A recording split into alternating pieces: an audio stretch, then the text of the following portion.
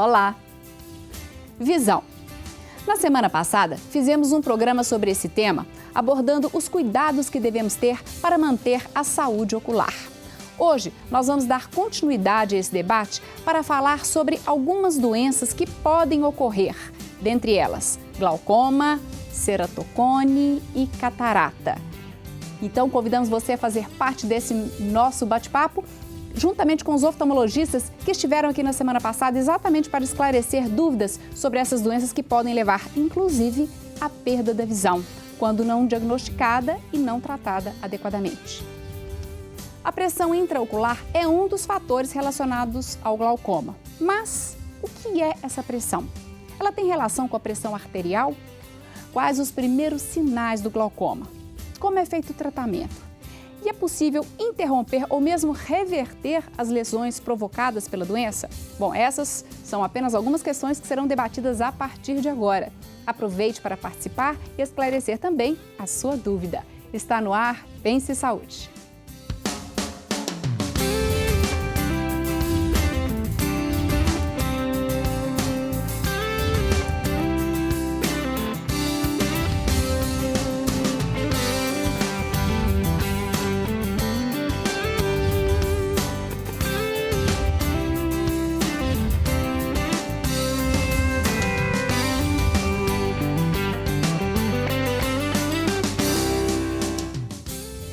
Participam do nosso programa hoje os oftalmologistas Dr. Sérgio Schneider Guimarães, Dr. Luiz Carlos Molinari e também Dr.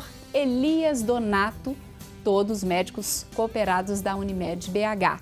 E você pode participar com a gente por telefone ou por e-mail. Lembrando, o número para participar é 3209-0119, o e-mail é saude@tvhorizonte.com.br e não se esqueça de curtir a página da TV Horizonte no Facebook e ficar sempre por dentro dos temas do nosso programa. E eu vou agradecer a presença de vocês pela disponibilidade em retornarem aqui ao nosso programa para poder continuar esclarecendo as nossas dúvidas. E nós vamos começar assistindo a um depoimento de um rapaz, do jornalista Pedro Vasconcelos, que durante a infância foi diagnosticado com ceratocone. Vamos ver. Ainda jovem, Pedro percebeu que não enxergava bem como os outros colegas na escola. Bom, eu descobri que eu estava com problema de visão na escola, como a maioria das pessoas descobrem, não estava enxergando quadro, estava mandando mal em algumas disciplinas e tal. E fui fazer alguns exames. Aí eu descobri que eu tinha um grau de astigmatismo muito grande e comecei a usar óculos. Um ano depois, o óculos já não estava fazendo mais efeito, não estava me ajudando, não estava corrigindo meu grau de astigmatismo e miopia.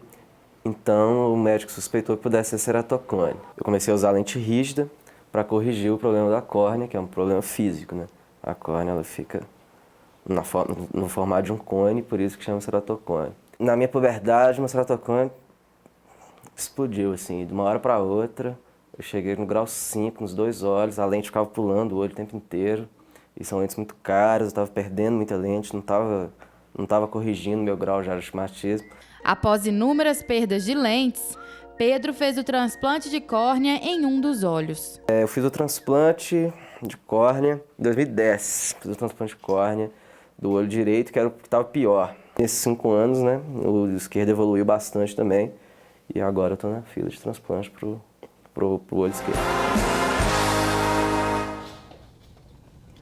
Fila de transplante. Bom, eu gostaria, doutor Sérgio, que ele falou muito bem, a gente deu para entender um pouco o que é ceratocone, mas gostaria que você explicasse e entender o que provoca essa alteração na córnea.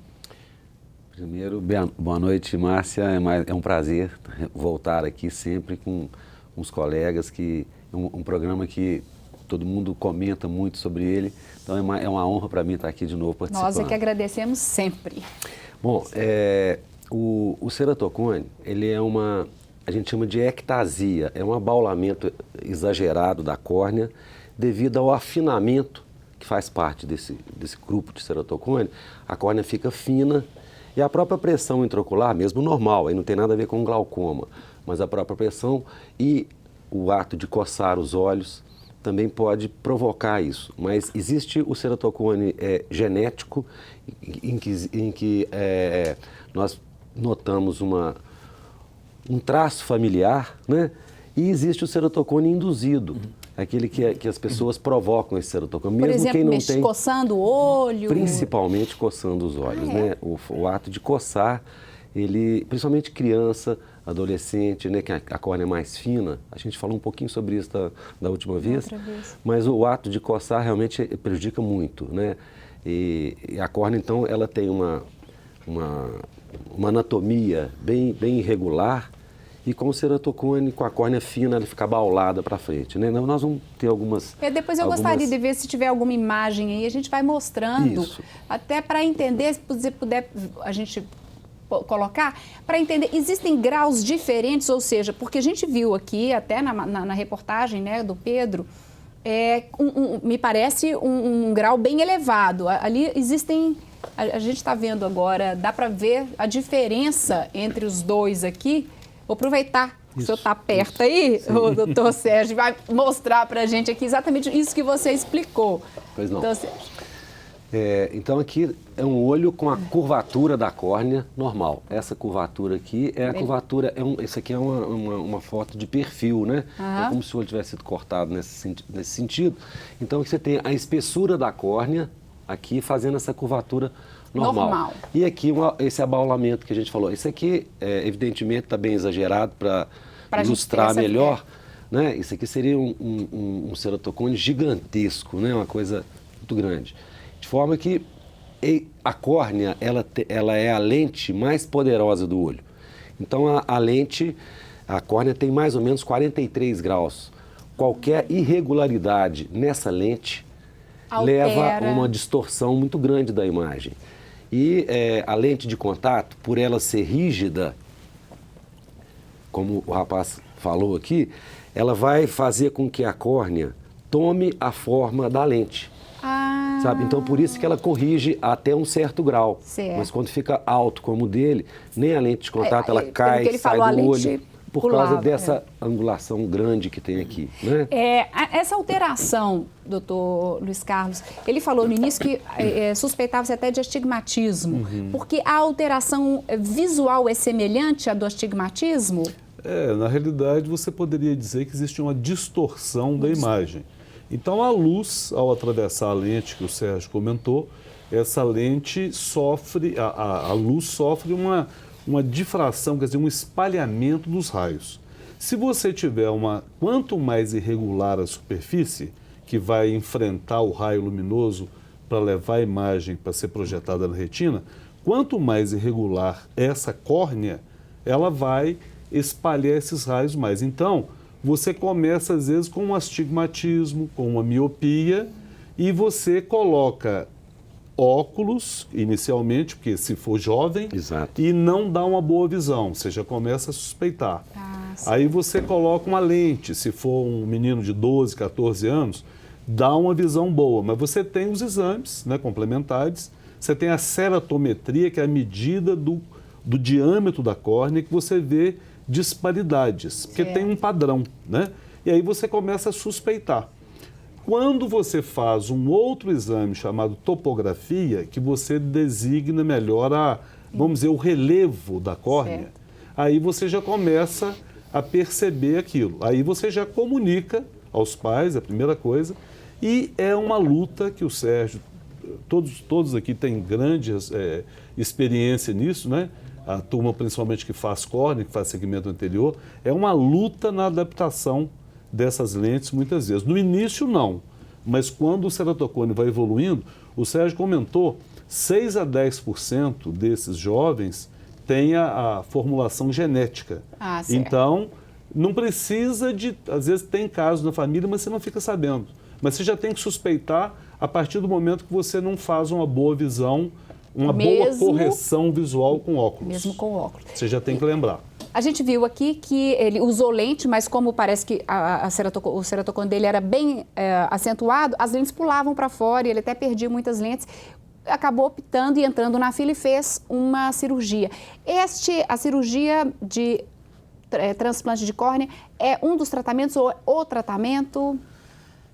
Boa noite a todos, muito obrigado mais uma vez pelo convite, mas realmente, o ceratocone, ele, apesar de ser uma patologia que implica em grandes limitações visuais para o paciente, ela ao mesmo tempo é uma patologia em que nós temos um manancial muito grande para intervir nesse paciente, né? A lente de contato, primeiramente o óculos, se o paciente não tem a boa visão, a gente tenta a lente de contato. A lente de contato, nesse caso, ceratocone, tem que ser rígida, exatamente para segurar. Exatamente, porque o que acontece? Esses cones, eles não são necessariamente um só. Às vezes o paciente tem numa mesma córnea 2, 3 cones, né? Tá. Ou seja, esse exame de topografia, ele mostra o relevo da córnea, né? Nós temos um exame mais completo hoje ainda, que chama-se Pentacam, que ele mostra o relevo da superfície anterior e da superfície posterior da córnea. Então, o que acontece? Se você tem aquele relevo todo irregular, os raios batem e difratam. Então, o que você tem? Qual é o papel da lente de contato ali? A lente de contato, quando ela é adaptada em cima daquela lente, daquela córnea irregular, entre a lente e a córnea, forma-se um filme lacrimal que preenche aquelas irregularidades que estão ali.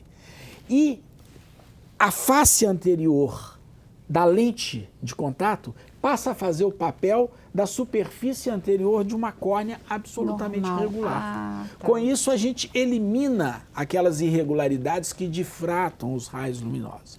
Então, a lente é a primeira opção. A segunda opção que a gente tem, que é a melhor... Nós vamos falar no próximo bloco. Bom. A segunda opção no próximo bloco. Estamos conversando sobre ceratocone agora. Vamos conversar também sobre glaucoma e queremos que você participe conosco com a sua dúvida, pergunta, comentário. Para isso é só ligar para a gente, 3209-0119. E o nosso intervalo é rápido, voltamos já já.